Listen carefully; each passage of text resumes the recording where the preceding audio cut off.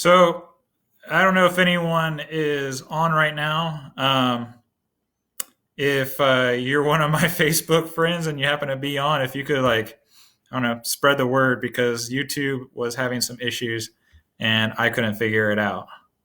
And feel free to give me a thumbs up or something to let me know that you're out there.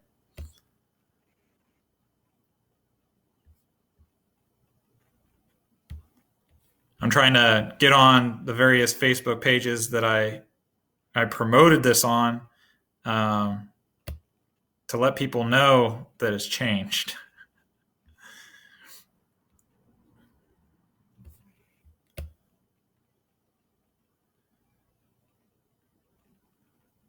And this is really weird because I can't even see who's here.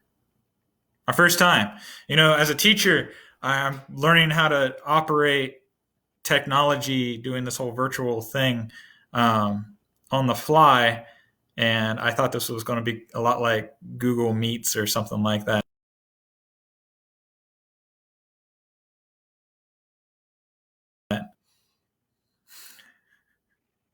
And Roger, thanks, brother. Thanks for coming on.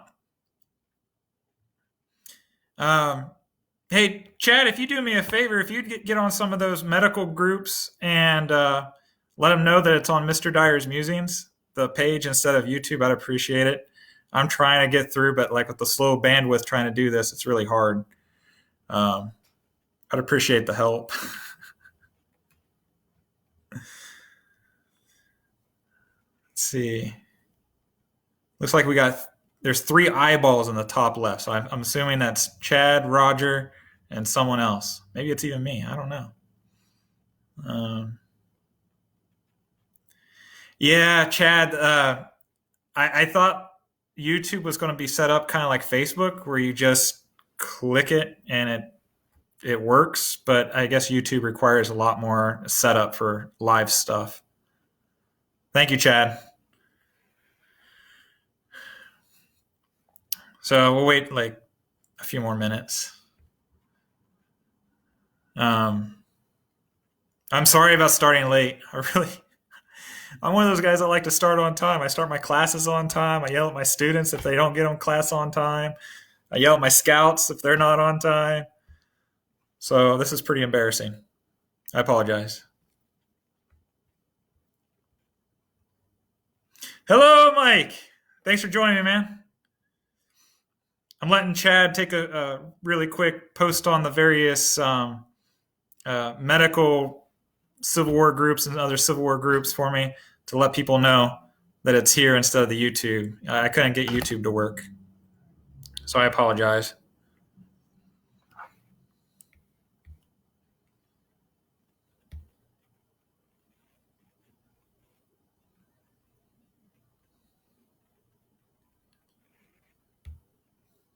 So, okay, so we got 7. I'll go ahead and get started because your time's valuable, and I hate starting late, so I apologize. So first of all, thank you for joining me tonight. I really appreciate it, especially if you're if you're into history, if you're into Civil War, if you're into medical history, things like that. I think you'll be really excited about this. I had the opportunity, thanks to Chad, to purchase a medical antique. Okay, and I thank you for coming on and joining me. I hope that this event saves so I can share it around for people who missed it, and I won't feel like a jerk.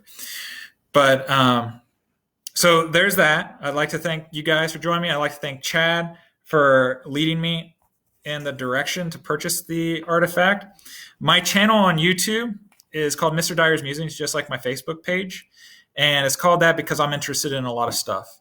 And I thought starting a YouTube channel, especially during this whole quarantine thing, would be a good opportunity to share the various things I'm interested in. And I sent it to my students. I'm a high school teacher. I'm not a medical professional. I took CPR and first aid, but that's pretty much the extent of it. But I am a history teacher in, social studies and U.S. government. And my undergrad degree was in U.S. history at Ohio University, and I lived life a little bit.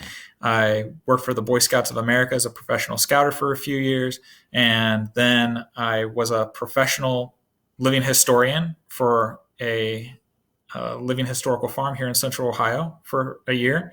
And then I decided, didn't decide, but I actually got the opportunity to get hired on as a school teacher. So that's what I do now. Okay. So I've read a lot of medical texts at the time, and I've been a medical reenactor for 8 years now. And I started Civil War reenacting when I was 14, and that was 18 years ago. And for those of you who are really good at math, that makes me 32. Okay. So since I'm a teacher, I kind of have like a lesson plan. I have a series of things that I wanted to talk about before we dive into the actual artifact itself, because I want to give a little bit of background knowledge so you understand exactly what it was and how it was used. Okay. I'd like to put in a plug for the Civil War Medical Museum. If you get a chance to check out their Facebook page, they've been putting out a ton of really good medical and historical videos, and they're all free. And just like everyone else, we're kind of hurting right now. They're trying to get some donations to keep their doors and electricity going. So if you have a little bit of extra money from your stimulus check or whatever, then you can float it their way. Even if it's just a few dollars, every little bit helps, And I'm actually going to do a fundraiser after this. I'm going to reproduce the wrapper of the lint. And if you donate, if you send me $10, $8 of that dollars is going to go to the medical museum, and I'll send you via mail a reproduction. Or actually, I'll send you 5. I'll send you 5 reproductions. That way you can use it for whatever you want. And living historians, educators, etc., we beg, borrow, and steal. And I know that once my reproductions get out there, that people will just make their own copies. And that's okay. That's just how it is. But I am going to offer that in case you're interested. Like I said, it's for a good cause. I'm going to donate, $8 to the medical museum to try to help them out. The other $2 is going to help me pay for shipping and, paper and stuff. All right. So let's get started about germ theory. We can't talk about lint and its application and how it was used without talking about germ theory. Germ theory at the time of the American Civil War was it was actually getting developed. There were guys over in England that were working on it, and even several of the surgeons that I've read their memoirs about, they understand, they kind of speculate like, hey, there's something out there that's making people sick, but we don't know exactly what it is, but there's something out there. And originally they thought it was air, which is why if you're a hospital steward or if you're a Civil War surgeon, you're going to make sure that the hospital tents are going to be preferred, especially later on in the war, instead of closed buildings, because it allows that air. If you're in a large hospital in Washington, D.C., or in Cincinnati, because I'm from Ohio, then one of your jobs as a hospital steward is to make sure that you have a good flow of air throughout the day. So there's 3 main guys when we talk about germ theory. There's Louis Pasteur, who is a Frenchman, and you have Joseph Lister, and then you have Ignaz Semmelweis. So we've probably heard of Pasteur in elementary school and high school, because Pasteur, he really delved into how bacteria affects milk products, right? And other food things. That's why we got yogurt in the kind of standard that we have today. So Pasteur is going to be a good lead, and he's actually going to work in the medical field to try to understand how this affects people's health. Then you're going to have Joseph Lister, which Listerine's named after. He didn't develop Listerine, but it was named after him.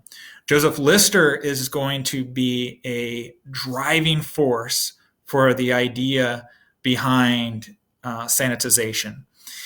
And even during the American Civil War, which lasted from 1861 to 1865, Joseph Lister in England is trying to practice antiseptic medicine. And a lot of people are going to think that he's kind of a quack. and they're not going to take him seriously. He's going to get a few followers, but it's actually going to take a long time before his practices are going to be put in place across the board. And lastly, we have Ignaz Semmelweis. Now, we understand Ignaz Semmelweis now more because of what's going on with this whole coronavirus. He's the one who really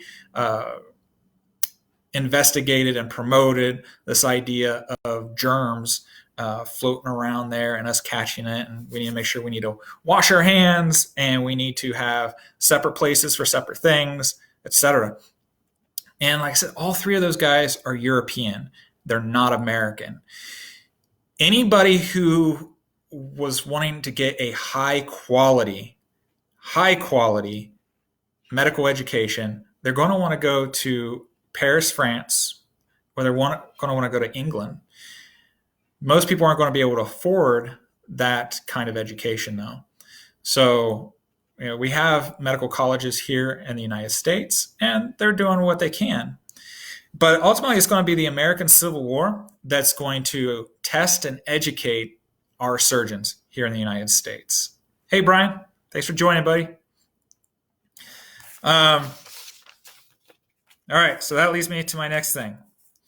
So the United States during the American Civil War was unique because it offered these country surgeons and these surgeons who really didn't have a lot of surgical experience to get that kind of experience. They're going to be able, and they're actually going to be encouraged to do post-mortem examinations to try to figure out how and why things happened the way they did, how sickness spread, etc. And because it was between 1861 and 1865, if the war had lasted or had taken place just 30 years later, it would have been extremely different. That being said, because of the Civil War, surgeons in Europe and here in the United States are going to be able to take their experience and build upon it. Unfortunately, when we have war, that's when we usually see a boom and explosion of technology. And this is especially the case when it comes to medical technology. Okay. Something that's also interesting about the United States medicine, dentistry is not going to be taken very seriously. There's only going to be a handful of universities that's actually going to teach specifically dentistry. Okay. So medicine is still growing here in the US, whereas in Europe, dentistry is quite bigger. Like I said already, germ theory and sanitization was already being worked on in Europe. Didn't cross over here, but we discovered that certain things did contribute to a better healing. And Civil War hospitals were actually working labs.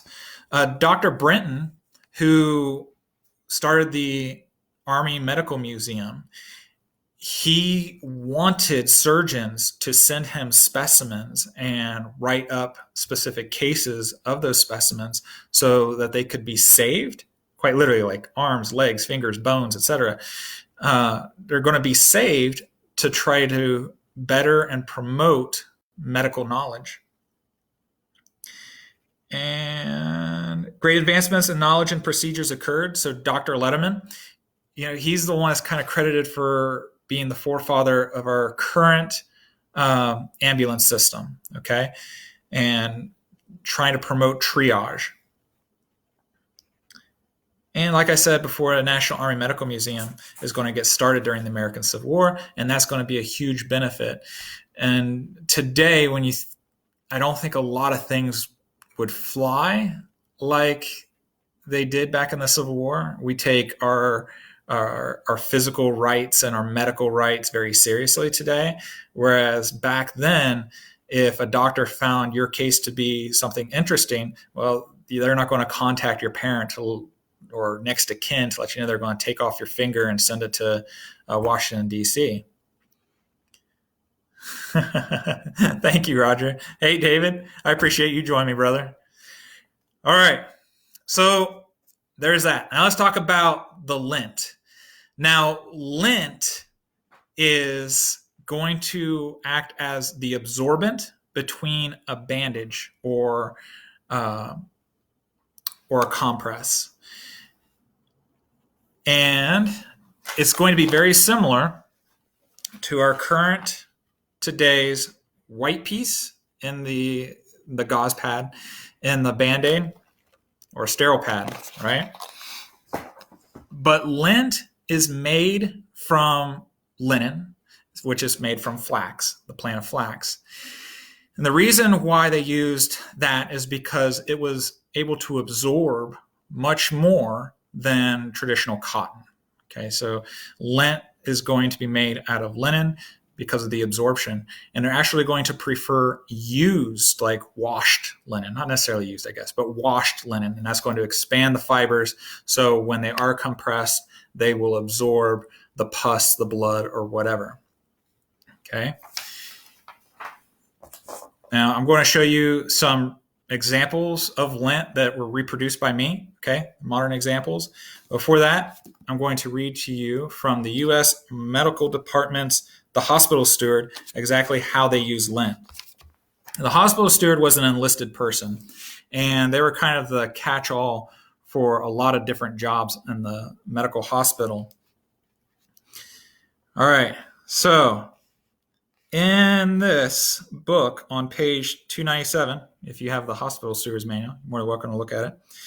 It says at the very bottom, patent lint, neatly rolled, some Sharpie or packed lint, an assortment of roller bandages of various widths, adhesive plaster cut into strips 3/4 of an inch wide, also a roll of uncut isinglass plaster, 2 bundles of ligatures 10 inches long, composed each of a single thickness of saddler silk, well waxed, etc. So these are some things that are supposed to be on hand, and in this particular example, they're saying what should be carried around for the surgeon's rounds. Okay.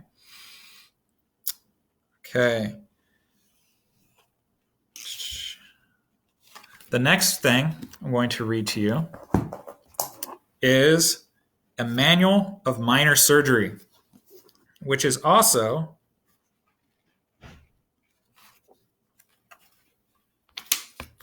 a medical book that was issued to surgeons. On page 16, it says, lint is more useful than anything else would be for certain purposes. It may be readily made by drawing out all the cross threads from a piece of old linen, leaving only enough to hold the other threads together. Its fineness will be in proportion to that of the stuff. A very fine form of it, suitable for small wounds, is made by scraping one side of an old piece of linen with a blunt table knife. Patent lint, which is the example I'm going to show you, made by a machine, is sold in the shops. It comes in various grades of fineness, either in long pieces or in pound bundles. One of its surfaces is smooth. The other is covered with a cotton-like down. Its expensiveness is the only objection to it. Lint may be employed either in making compresses, as a means of applying ointments or lotions to a part, or as a dry dressing. Generally speaking, its smooth side should be next the affected surface. Nothing can be simpler than the making of a compress, the only points to be regarded being its adaptation to the shape of the part and the regulation of its thickness. By suitable folding, a piece of lint or old linen may be fitted or graduated so as to press evenly upon a quite irregular surface.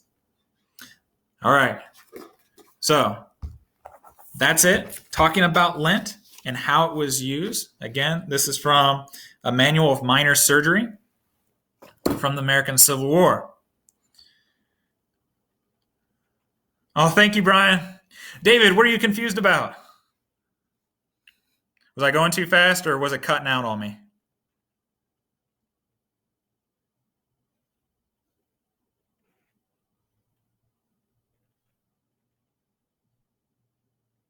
All right. Well, I'm going to keep going. I'll see your answer pop up here and then I'll know. All right. So there you go. That's what lint was. That's how it was used. The contemporary example that I'm going to show you here that I made from old linen is this stuff here. Let's see if I can get the light down a little bit. So this is the stuff that was scraped. It looks a lot like cotton. See how it just pulls out? Okay, so that's the scraped lint from old linen. The other example that they talked about was pulling the threads from old linen so that just barely enough is left. And that's what this is. This is just the threads, little by little, pulled out. And that would have been used for the compress. But the patent lint is surprisingly extremely different. When I received the package that I got, some of it's peeking through, and it's not at all what I expected. Okay. Oh, you're welcome, David. So this is my original package of patent lint. Okay. It's about 8 inches long, and it's a form tube. It's about 4 inches. I think it's like 4.5 specifically. Form tube, glued on the edge to make that tube, and glued at each end. And I'll show you the other side here. They closed it by making the triangles. Oh, you can actually see it really good on this side here. They enclosed it by making triangles, and they glued it down. Now this paper is extremely brittle. When I purchased it, either I didn't know, like it didn't show in the pictures that it was this brittle, but I think even just in the time that I've had it, and it's only been like 4 days, it's already starting to fall apart. Okay. So extremely brittle old patent lint. And this is the famous Taylor's Patent Lint. And I'll read, this is just a quick mock-up, but this is what it says. By Royal, letters patent. Taylor's Patent Super A1 Flax Lint, 1 ounce package. Supplied wholesale, direct from the manufactory. Charford Mill, Bromsgrove, which is in England, by the way. Sold by all chemists, druggists, and surgical instrument makers. Okay. And I weighed it, and it weighs 1.1 ounce. Very precise. 1.1 ounce is how much it weighed. I got it off of eBay, David. Now where you get all the best stuff. All right, so in the medical texts that went around to the various surgeons, they actually have circulars or, yeah, thank you, Chad. You're the one that got me the opportunity, so thank you. In the medical text on the back of them, not all of them, they have circulars or advertisements for various instruments and things. And several of my medical texts, it brings up Taylor's Patent Lint. And I'm going to read to you. And I actually, after this is all done, I'll take like a screenshot of this or something and cut it out, and I'll attach it to the video so you guys can read it too when you're available. But it says, Taylor's Flax Lint. This is new and beautiful article, is lighter and cheaper than the ordinary lint, free from all impurity, soft and delicate, and does not adhere to nor fret wounds to which it is applied. And from the recent improvements made by the patentee, it is altogether superior to that made heretofore, and gives a larger surface of lint in each pound. Facts certified by the Army and Navy medical boards, the London and foreign hospitals, and by the medical profession in general. It is manufactured in any lengths, whereby it may be made available for and or clothing in hot climates, and being of perfectly even surface, light and cool and durable, allays irritation where the skin is excitable. It tears also both ways and is so reasonable in price as to admit of its being an appendage to the dressing case, as a cleanser or renovator to the razor. In walking, if applied to the sole or top of the foot, it is grateful and pleasant. This lint may be considered as a luxury and is applicable to a variety of purposes for which a harsh and unpleasant material has heretofore been used. Sold by all chemists and druggists, manufactured only by the patentee. Packages having the signature of the patentee W.G. Taylor alone are genuine. All right. So there you have it. That's an original excerpt from a medical journal, the Lancet. Okay, that's trying to get it out there. And upon doing some research on Mr. Taylor, he was born in the early 1800s, and he got the patent from the Kingdom of England, in 1850. And he died in the 1870s, and his son took it over. And the company lasted until the 1890s. And those of you who are medical reenactors or medical scholars, you already know what I'm leading to. The 1890s is when the germ theory and antiseptic knowledge started to spread. Okay? So that means things that were once acceptable during the American Civil War, like the lint or wooden handles, is going to go out to the wayside, because wooden handles and lint just harborages bacteria and bad stuff, right? So things are going to change rather quickly in the 1890s, thanks to the three guys I said earlier, thanks to the American Civil War, and these things are going to come through, okay? All right, so what you're waiting on, I think, is to actually see what the lint is. And as you can see, it is very brittle. I'm going to be very careful in cutting this. And how I'm going to do it is it already has this huge gash here. I'm going to cut it along this side in a very straight way, as much as I can, and I'm going to gently pull the lint out.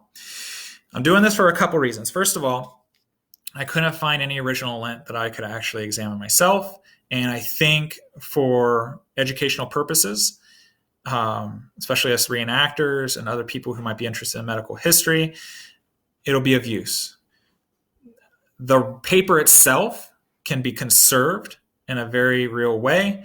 That would be better than being attached to the fabric itself. The fabric can be conserved in a different way by the medical museum. And that way future generations can use it and learn from it. All right. So here we go.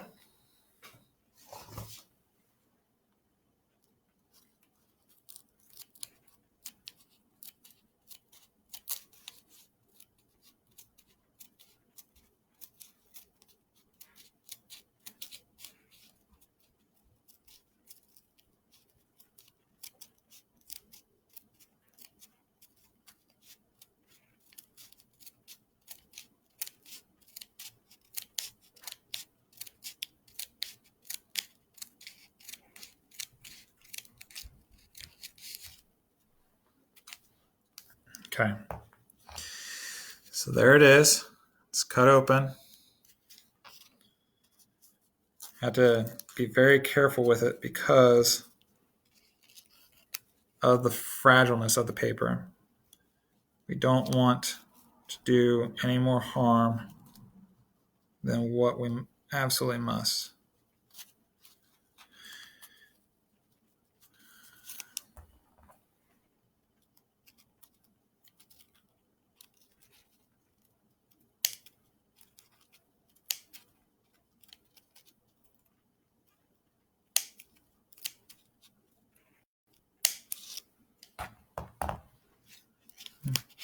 Yeah, sorry. But, I wanted you guys to be here. Unfortunately, not as many people are watching it as I had hoped, and probably would have if I would have been able to figure out the YouTube thing.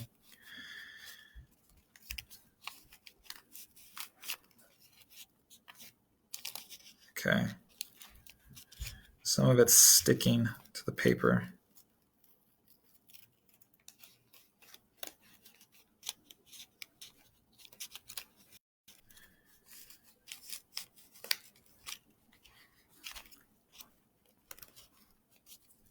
It's kind of like Christmas. Really old Christmas gift. Grandma that always wants to keep the wrapping paper and reuse it.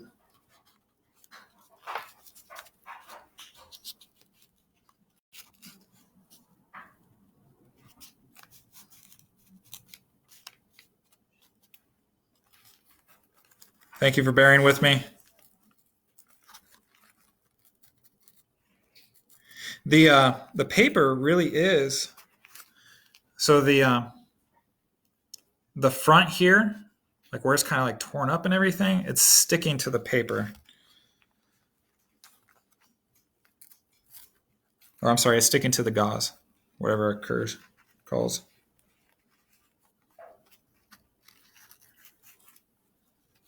I'm surprised none of you decided to pull a Indiana Jones. It belongs in a museum. Let them do it.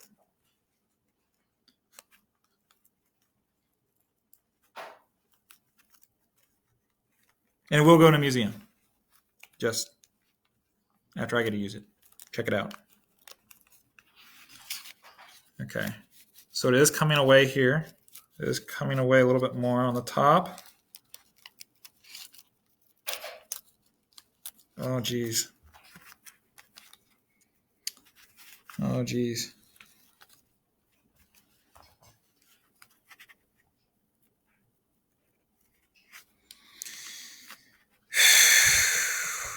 Okay.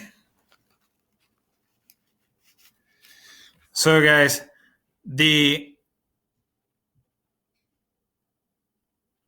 you talking about the lint there, Chad? Was it removed and refreshed as needed? I don't know what you mean. Oh, okay. Now I see what your question is. Now, was the lint just left in the wound for the duration of the healing process? No. According to the minor surgery and according to the hospital steward's manual, they talk about dressings being replaced regularly. But interestingly, it says that dressing should be applied with cold water or warm. So it's actually going to be wet dressings is what's going to be preferred over like a dry dressing, which I thought that was kind of interesting. And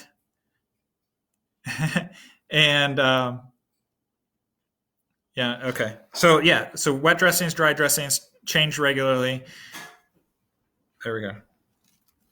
So what's happening is the front is sticking to the lint in a very clingy way, and I don't want to tear up the label itself.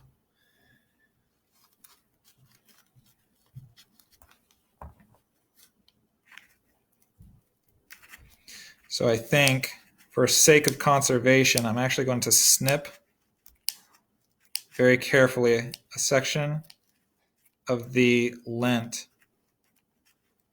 away from the paper, since it's connected to the paper.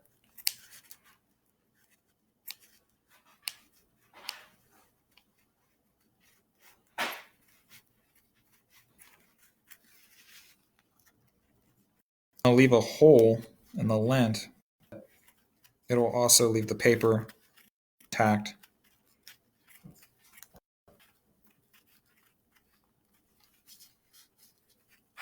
Okay, so let's see if that's enough.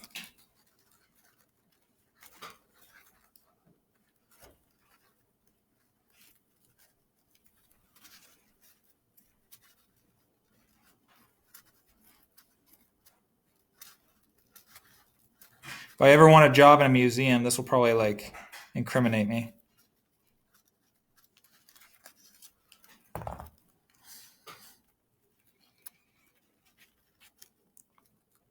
All right.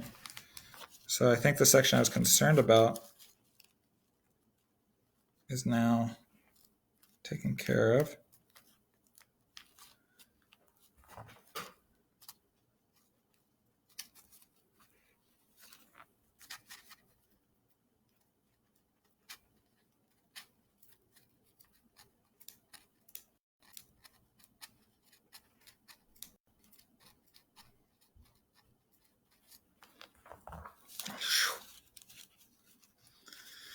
Okay.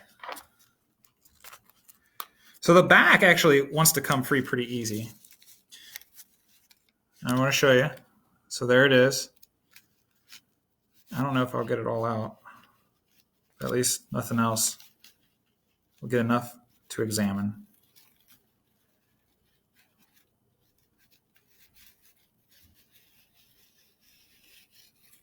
Ah, look at that. Oh, but some of it stayed. That's the section I was worried about. Okay. And you're right, Bill. You're right about that. It just kind of surprised me how, I don't know, like in the book, it doesn't really, when I say wet to dry, I didn't, in the books themselves, they say that they should be wet. Either they should be either cold wet or warm wet. It doesn't really say that they should be applied dry. That's what I meant to clarify. And I might not have just read enough. You know, I'm sure different situations require different things, you know.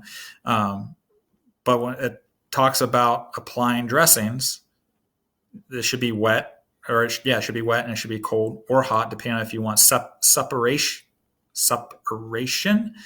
or not. All right. So here is the lint. Okay. As you can see, it is rolled up like so. Wait, look at that. There's a paper label. There's a treasure inside the treasure.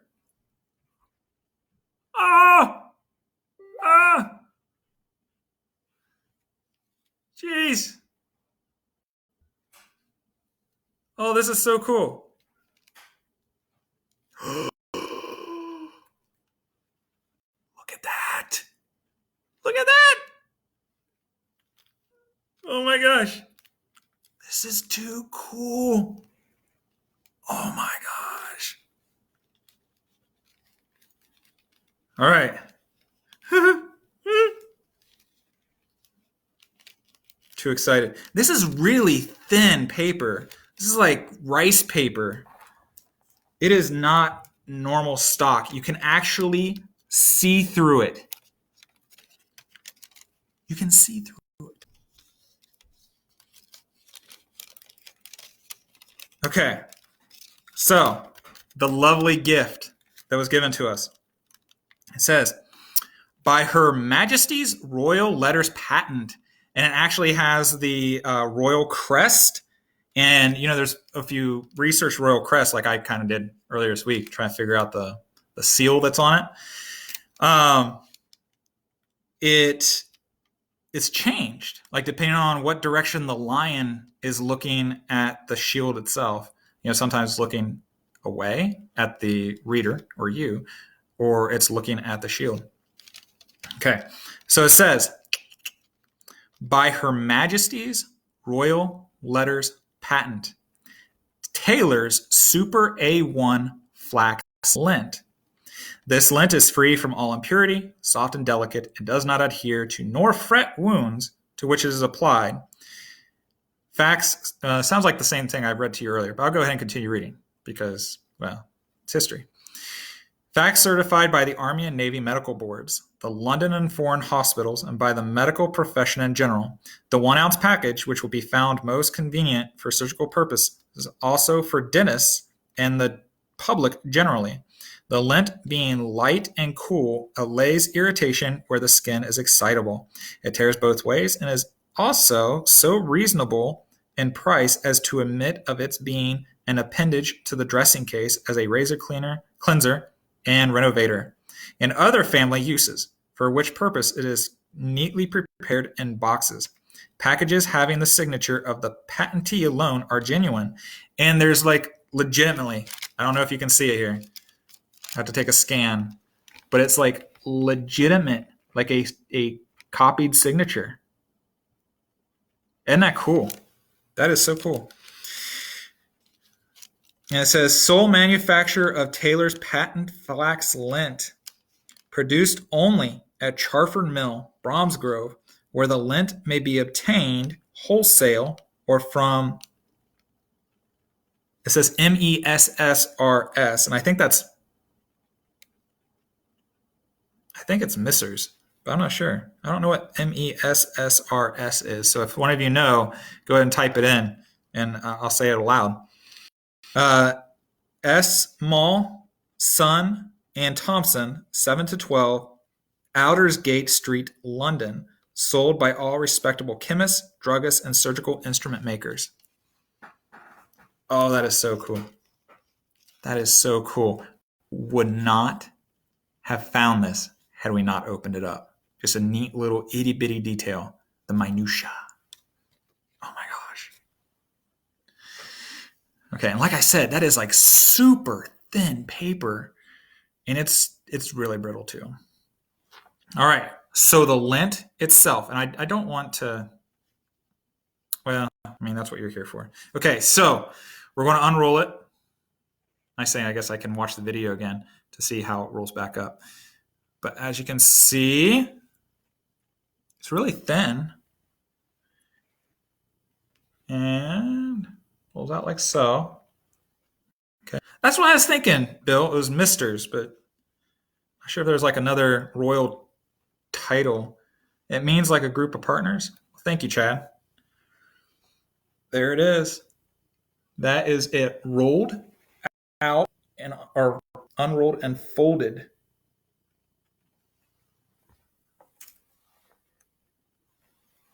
Now, does that look like lint that you thought of, especially you medical reenactors out there who's read the books and stuff? Does this look like the lint that we thought? It surprised me. Like when I got it, I just looking at what was peeking out, it did not look like anything I had expected patent lint to look like.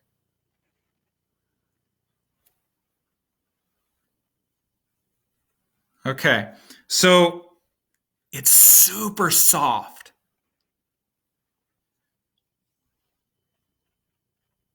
And inside, I don't know if I can open it. Huh. Oh, there it is. Okay. So on this edge here, it's folded up like maybe just a little bit more than an eighth. Just maybe a little more than an eighth across the board. And it is not cut evenly. It's actually kind of jagged a little bit.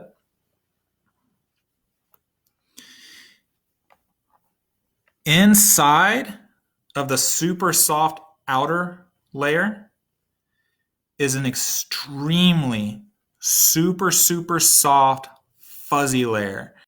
I'm trying to think of something that I could, yeah, Drew, like it is kind of like a gauze pad.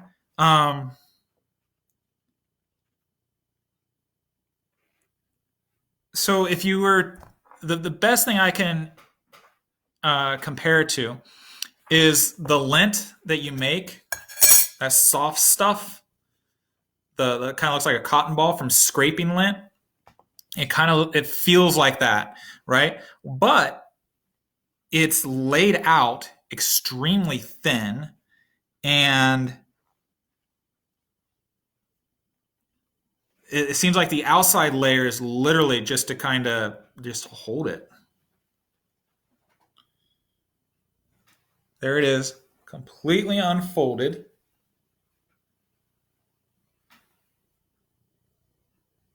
Like so.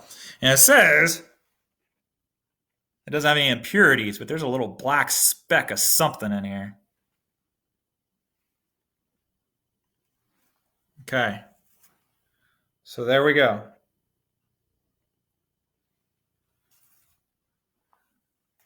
Okay, now if I can just remember how to fold it back up. It's like 150 folds here. All right, so there's that. There's that. All right. So that's it, guys. Oh, here. I guess this is a neat little on the edge here. Try to see it there. It is like a gauze. Like It's definitely like a gauze because you can actually see the threads poking through at the very edge here. And it's it's tighter than a gauze. When you look at a gauze pad, there's a significant gap between it. It's tighter than a gauze pad.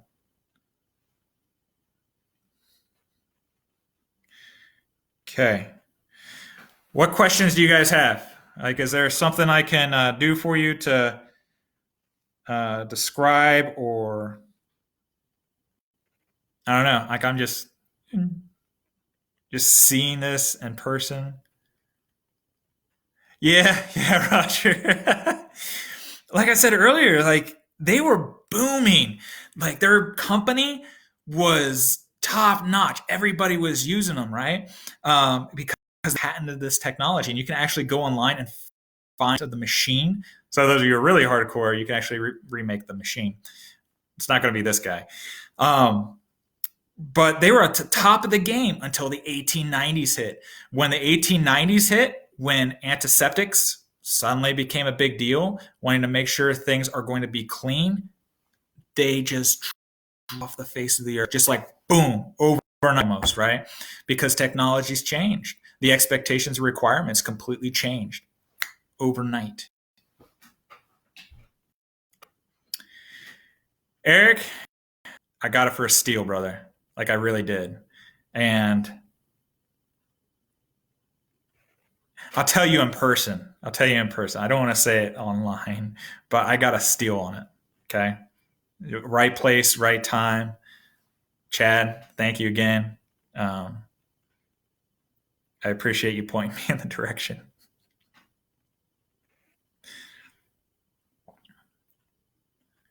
All right. Any other questions?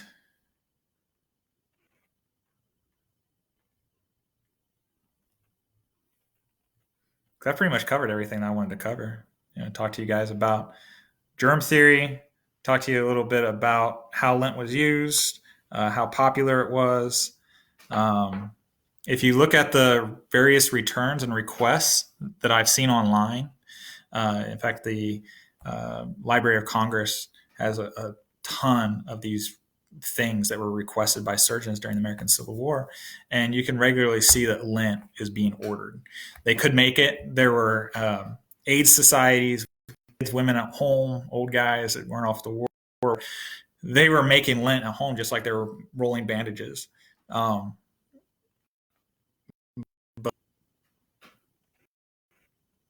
all right. Thank you, Roger. To reproduce a sheet of lined and the scrapings ironed out on top of sheet. Yeah, so if I was going to reproduce this, then I would probably find some type of super large gauze pad. I don't know like how you would do that, but or find some really loose linen because it's made of linen. That'd be the best thing to do, right? To make it accurate. Find a really loose piece of linen. It's large. And then make your scraped lint. You could use probably cotton batting if you're wanting to kind of cheapen out, do it the accurate way. But you would use your scraped lint and I don't know, try to like chop it up or something like to make it really, really fine and thin and roll that out on top of the gauze and maybe take a cookie roller or something and roll it back and forth to see if it would stick. That's probably how I would at least start. Thank you, Eric. I appreciate you joining me, brother. Thanks, Brian. Like, I don't know if I'm going to make another YouTube live video. I'm pretty embarrassed. I'm going to have to hide my head in shame after this. I was like crap out of it. Thank you, Bill. I appreciate you joining me, brother.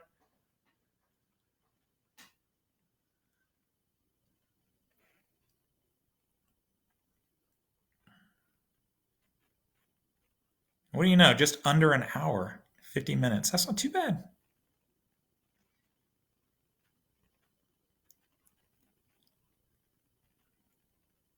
Okay. Let's see if a few. I'll wait like another minute to see if another question pops up.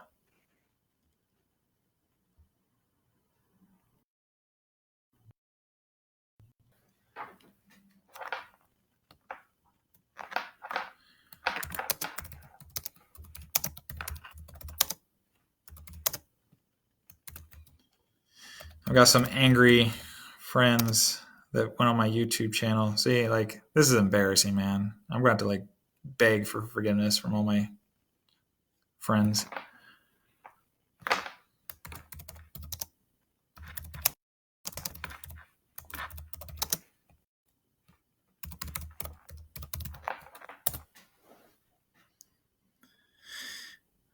All right, guys. Well, I don't see any more questions. I appreciate you joining me here. I'll post like a buff, and thank you, Drew. I appreciate you coming on, man. I always appreciate it. But I'll post some measurements and things online, some pictures and stuff. If again you're interested in a reproduction of the paper, let me know, and I will, for $10, I'll send you a reproduction. I'll send you 5 of them in mail. That way you can use them however you want. But $8 of it will go to the Civil War Medical Museum. And if that's not your stuff, some money floating around, please donate it to the Civil War Medical Museum. Get all the help they can get.